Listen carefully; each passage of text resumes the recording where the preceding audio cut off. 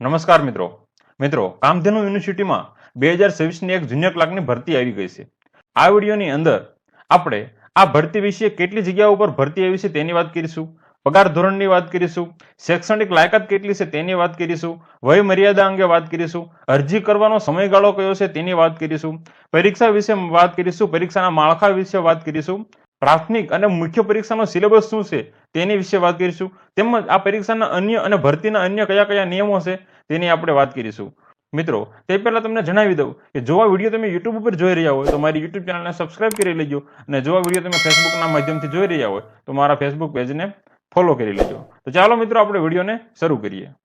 મિત્રો, કામધેનુ યુનિવર્સિટીમાં જુનિયર ક્લાર્કની કુલ 101 જગ્યા ઉપર ભરતી આવી ગઈ છે, જેની અંદર બિન અનામતની 43 જગ્યા છે, સામાજિક અને શૈક્ષણિક રીતે પછાત વર્ગની 26 જગ્યા છે, એની અંદર મહિલાની 9 જગ્યા છે, અનુસૂચિત જાતિની 7 જગ્યા છે, તેની અંદર મહિલાની 2 જગ્યા અનામત છે, અને અનુસૂચિત જનજાતિની એટલે કે એસટીની 15 જગ્યા છે, તેની અંદર 5 મહિલાની જગ્યા છે, અને આર્થિક રીતે નબળા વર્ગ એટલે કે ઈડબ્લ્યુએસ તેની કુલ 10 જગ્યા છે, અને તેમાં મહિલાની 3 જગ્યા છે. જો આપણે માજી સૈનિકની વાત કરીએ તો માજી સૈનિકની આ ભરતીમાં કુલ 10 જગ્યા છે, અને શારીરિક રીતે વિકલાંગની કુલ 5 જગ્યા છે, જેની કેટેગરી અહીંયા આપેલી છે, તમે જોઈ શકો છો. મિત્રો, હવે આપણે જગ્યા અને પગાર ધોરણની વાત કરીએ તો સંવર્ગનું નામ છે બિન શૈક્ષણિક વહીવટી સંવર્ગ વર્ગ 3, અને જો હોદ્દાની વાત કરીએ તો જુનિયર ક્લાર્ક તરીકે તમારો હોદ્દો રહેશે.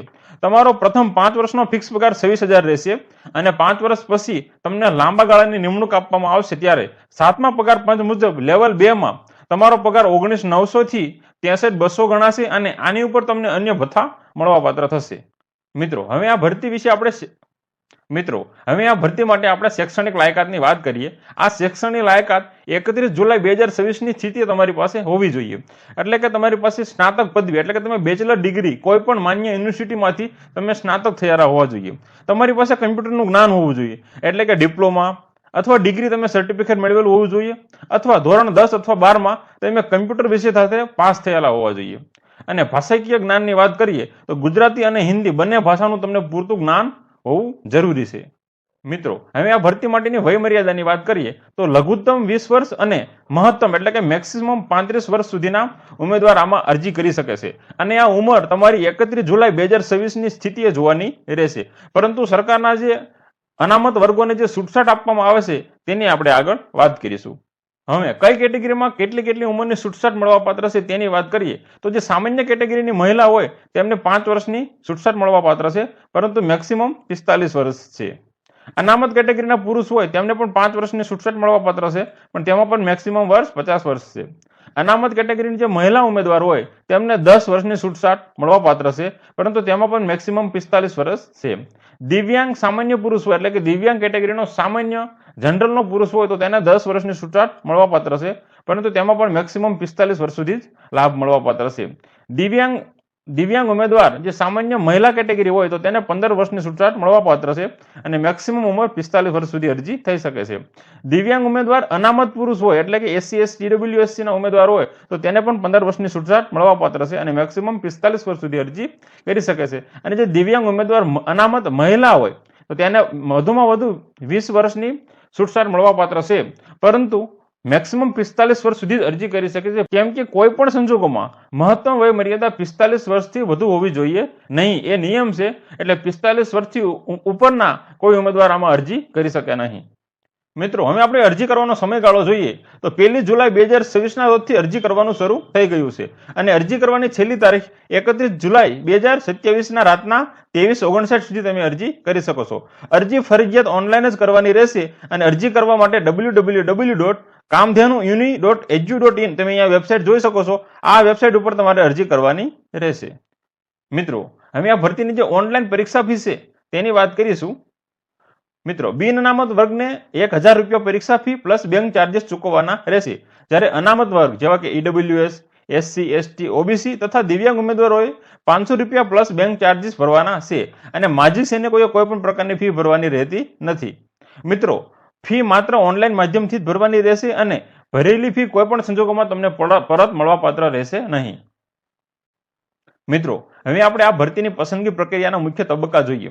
સૌપ્રથમ તમારે ઓનલાઈન અરજી કરવાની છે, અને ઓનલાઈન ફી તમારે ભરી દેવાની છે. પછી પ્રાથમિક પરીક્ષા એટલે કે સ્ક્રીનિંગ ટેસ્ટ લેવામાં આવશે, જે OMR પદ્ધતિથી હશે, અને જે 150 ગુણની પરીક્ષા હશે. પ્રાથમિક પરીક્ષા જેટલા ઉમેદવાર આપશે તેમાંથી મેરિટ મુજબ કુલ જગ્યાના 7 ગણા ઉમેદવારને મુખ્ય પરીક્ષા માટે બોલાવવામાં આવશે અને મુખ્ય પરીક્ષા 200 ગુણની હશે. જે 7 ગણા પરીક્ષા આપશે એમાંથી ડોક્યુમેન્ટ વેરિફિકેશન માટે 3 ગણાને બોલાવવામાં આવશે અને 3 ગણામાં જે મેરિટમાં આવશે તેમને નોકરી આપવામાં આવશે. મિત્રો, હવે આપણે જે પ્રાથમિક પરીક્ષાની વાત કરીએ તો પ્રાથમિક પરીક્ષા વિશે માહિતી મેળવીએ તો કુલ 150 ગુણનું પેપર હશે અને તમારી પાસે 120 મિનિટનો એટલે 2 કલાકનો ટાઈમ હશે, જેની અંદર 60 માર્કનું રીઝનિંગ પૂછાશે, 30 માર્ક્સનું ક્વોન્ટિટિવ એપ્ટિટ્યુડ પૂછાશે, 30 માર્કનું જનરલ અવેરનેસ અને કરંટ અફેર્સ પૂછાશે, 15 માર્કનું ગુજરાતી અને 15 માર્કનું ઇંગ્લિશ પૂછવામાં આવશે. આ પરીક્ષા માત્ર સ્ક્રીનિંગ માટે છે. આ પરીક્ષાના ગુણ આખરી મેરિટમાં એટલે કે ફાઇનલ મેરિટમાં ગણવામાં આવશે નહીં.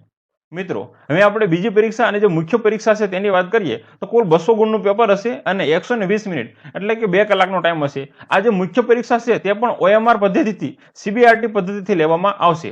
હવે જો આપણે એની સિલેબસની વાત કરીએ તો ભારતનું રાજ્યશાસ્ત્ર અને બંધારણ 20 ગુણનું હશે. ભારતીય રાજ્ય વ્યવસ્થા અને નીતિ આયોગ એ પણ 20 માર્કનું જ હશે. જાહેર વહીવટ અને શાસન એ પણ 20 માર્કનું જ હશે. જાહેર સેવામાં શિસ્ત અને નીતિશાસ્ત્ર તે 10 માર્કનું પૂછાશે. વિવિધ સરકારી યોજનાની માહિતી તે 30 માર્કની પૂછાશે. પ્રાદેશિક, રાષ્ટ્રીય અને આંતરરાષ્ટ્રીય પ્રવાહો એટલે કરંટ અફેર્સ 30 માર્કનું પૂછાશે. ગુજરાતનો ઇતિહાસ અને ભૂગોળ 20 માર્કનું પૂછાશે. સાંસ્કૃતિક વારસો અને કળા અને સાહિત્ય 10 માર્કનું પૂછાશે. ગુજરાતી અને અંગ્રેજી ભાષા મિક્સમાં 20 માર્કનું પૂછાશે અને વિજ્ઞાન, પર્યાવરણ અને IT આ પણ 20 માર્કનું પૂછાશે. આમ 200 ગુણનું પેપર રહેશે, જે તમારે 120 મિનિટમાં પૂરું કરવાનું રહેશે. મિત્રો, હવે જે આ પરીક્ષાના અગત્યના નિયમોની વાત કરીએ તો સૌપ્રથમ આપણે નેગેટિવ માર્કિંગ જોઈશે. જો તમારો એક પ્રશ્ન ખોટો પડશે તો 0.25 ગુણ તમારા માઇનસ કરવામાં આવશે. લઘુત્તમ લાયકાતની વાત કરીએ તો પ્રાથમિક અને મુખ્ય બંને પરીક્ષામાં પાસ થવા માટે તમારે ઓછામાં ઓછા 40% ગુણ લાવવા પડશે. મિત્રો, પરીક્ષાના માધ્યમની વાત કરીએ તો અંગ્રેજી વિષય સિવાયના તમામ વિષય પ્રશ્નપત્ર ગુજરાતી ભાષામાં રહેશે. મિત્રો, હવે આ ભરતીની એક ખાસિયત છે કે એમાં વિશેષ ગુણ આપવામાં આવે છે અને અમુક લાભ આપવામાં આવે છે. તેની વાત કરીએ તો પહેલા રમતગમતની વાત કરીએ એટલે કે રાષ્ટ્રીય, આંતરરાષ્ટ્રીય, આંતર યુનિવર્સિટી કે અખિલ ભારતીય શાળા સંઘ કક્ષાએ પ્રતિનિધિત્વ કરનારા વિદ્યાર્થીને 5 ગુણ બોનસ આપવામાં આવશે. એટલે કે તમે જે ગુણ મેળવ્યા છે એના પ્લસ 5% ગુણ તમને બોનસ આપવામાં આવશે જો તમારી પાસે રમતગમતના યોગ્ય સર્ટિફિકેટ હશે તો.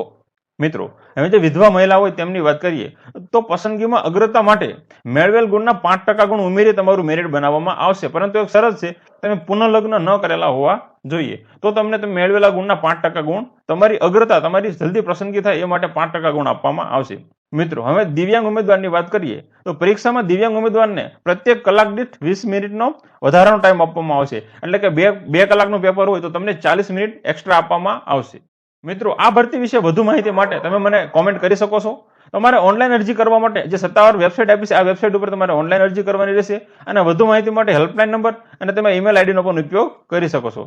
જો મિત્રો મારો વિડીયો ગમ્યો હોય તો પ્લીઝ મારા વિડીયોને લાઈક કરજો અને તમારા મિત્રો અને સગા સંબંધીઓને વિડીયો શેર કરજો. ધન્યવાદ.